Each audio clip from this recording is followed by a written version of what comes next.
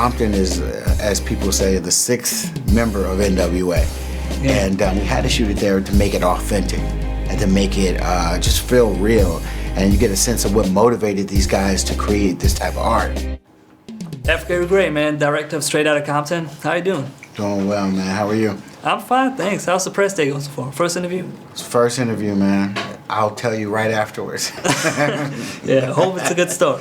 That's man, right. 20 years after Friday, the first movie you worked with Ice Cube, you're sitting there, we're talking about Straight Outta Compton, a movie about his life. It's a whole different vibe than Friday, though. Completely different vibe, man. It's all full circle for me, though. We started in the hood, and you know, right now we're dealing with issues surrounding the group, which the music was about the hood and what was going on back then. So I think it's a good trajectory. I love it. I love it. You're from South Central yourself, LA.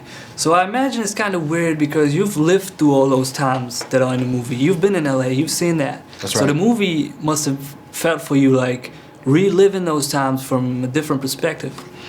Absolutely, in a lot of ways, because growing up as a kid in South Central LA, you know, it was fun, but we had challenges, you know, with gangs and, you know, sometimes law enforcement, however it works out. But also, when I started my career, I started with Cube, you know, when we did music videos, and then obviously my first film, Friday. And also, I worked with Dr. Dre when he went over to Death Row and, you know, worked with Tupac and stuff like that. So it's all full circle for me. And, you know, I've been connected to it for a very long time.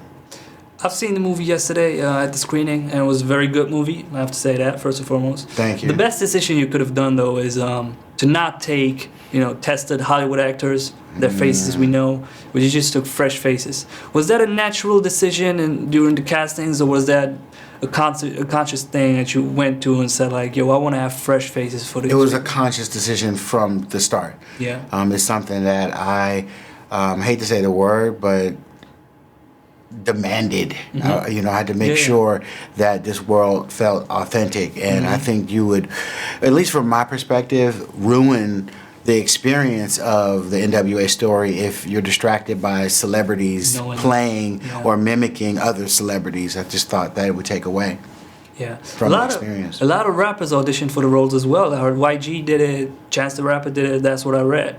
So that wasn't that a thing that played on your mind, maybe to take a rapper? You know, there was conversations and stuff like that, and those guys did a good job. But again, it's important to really service the story. That's my job. Yeah. The story is a great story. Service and serve the story, and I think that we did right by the story by hiring Jason and Corey and Shay and Neil and Aldis. These guys are perfect, and they have some experience, varying degrees of experience, but these guys were perfect for the roles. You also have a scene in there, man. The Tupac scene. Have you been at a screening already? At a couple of them, probably. I've been to a couple. Yeah. How did it go? Yesterday, man, hey, the people went crazy once Hail Mary came on. They started singing, The Hail Mary cut out of the movie, they still kept on singing. Really? I was like, yo, I want to see the movie. Wow. Yeah, I think it's a very brave decision to put Tupac in the movie so vividly, because when I heard the song, I was like, okay, they're probably going to put his silhouette in the booth somewhere. You can just guess it's Tupac, but you don't see his face. Why did you decide to show him that detail with a face and everything? That's very brave, I think. Why not?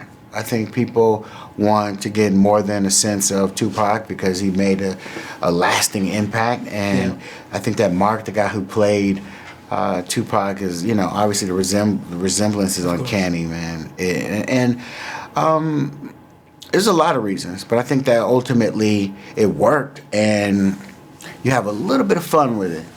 I think it was cool. Yeah, it worked out very well. You shot the movie, part of the movie in Compton, in actual Compton, which is a very good decision as well. Thank you. Was that a difficult place to go to shoot? Because I imagine approval for shooting is just a little bit different in Compton than it would have been at a different place. They don't shoot a lot of movies in Compton, but the neighborhood opened and welcomed us with open arms. It was great for us, actually. And Compton is, as people say, the sixth member of N.W.A. And we had to shoot it there to make it authentic and to make it just feel real, and you get a sense of what motivated these guys to create this type of art. And I had a great time shooting in Compton. No problems at all. When you took Dre and Q with you to Compton, was there anything in their eyes where you could see, man, they're back at Compton where it all started? This is special. The first time you took them there? It was definitely special to see them in all of those environments, Compton, South Central, and the community loved it. They loved to see the sons of Compton come home, and just to be inspired by the fact that they worked really hard and they changed their realities and they did something positive ultimately in environments that sometimes could be negative. I read the movie was initially a 3-hour cut. So at the beginning. Don't mention it. Yeah, I'm kidding. Yeah, that's true. That's true. Did you have a hard time actually throwing things out, deciding Absolutely. what to keep there? That was one of the hardest things. Besides casting the movie, cutting the movie down was one of the hardest challenges because there's so much good stuff. There's so many good moments. 5 guys, 10 years. There's a lot of story. A lot of story there, but very hard to trim it. What was the most difficult scene for you to throw out? Is there a scene where you had to put out, which you still want to have in a movie, even now? You'll see it in the director's cut. Perfect, on DVD. Right? Perfect. I read about you. You once said, I get to apply what I've learned in the past 7 movies, in the next 7 movies, and in the next 7 movies. That's right. What was the most important thing that you learned in that movie that you take with you for the rest of your life? That's a great question. That's a great question. It was so many things that I learned, actually. I learned a lot about storytelling. I learned a lot about filmmaking. I learned a lot about telling a true story. I learned about relationships, because I'm friends with these guys and I've worked with these guys, and I learned a lot about chemistry. And some of the things, these things or you think but you actually kind of improve on some of your thoughts and your concepts of these things. So I learned a lot personally as well, man. This movie was cathartic in ways. You talked about the chemistry between the guys. Was there something when you got all these actors of the 5 members where you told them, yo, take your time, go to bars, do stuff together so you get the chemistry in the personal way before you get to the set? You been checking my notes? You got a camera somewhere? What's going on, man? Yeah, of course, man. I used that technique for The Negotiator. More specifically, Set It Off and The Italian Job, where you have to have an ensemble cast and there has to be a chemistry between a group of people. And a lot of times when the script is changing left and right, I just made sure that the bond was real. So I can feed you anything. I can give you whatever script changes, and it'll come from an honest place. Man, something special as well, at the end of the movie when the credits roll, the interviews, when you see Kendrick suddenly, after such a movie, man, it really gives you chills to see 50, Eminem. After all the things that you see in the past 2.5 hours to see these people, it really reminds you, what you might have forget throughout the movie, what kind of impact these guys have had on pop culture and hip-hop culture in general. This is stuff that we're going to see more on DVD, the interviews? With Kendrick, for example? I'm not really sure. We haven't finished it yet, but I think you're going to get a lot of great extras in the DVD for sure. All right.